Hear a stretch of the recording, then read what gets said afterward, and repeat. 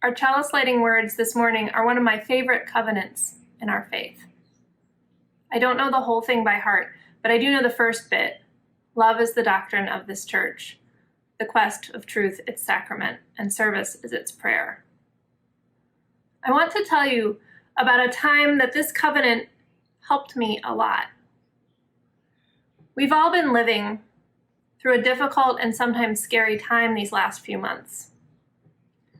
I'm old enough that I also lived through another difficult and scary time right after the September 11th terrorist attacks.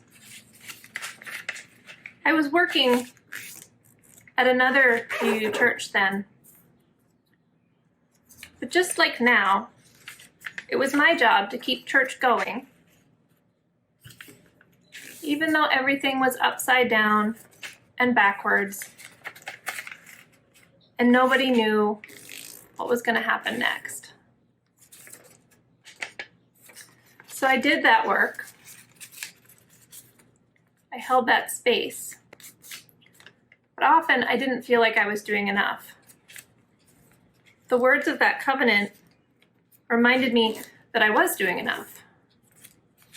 That the service I was doing in keeping church a loving place where we could search for truth and meaning together, that was a powerful act of prayer. And that it was a prayer of peace. And a lot of the time, because I didn't believe our country should punish people who had nothing to do with what had happened, I didn't feel like I belonged out in the world, out in the community where I lived, although I did feel like I belonged at church. And one day, I had that covenant running through my head, and I decided I needed to make something with my hands. I needed a thing to remind myself of love and peace and belonging out in the world. And so I made 3 peace cranes out of origami paper. I made them red and white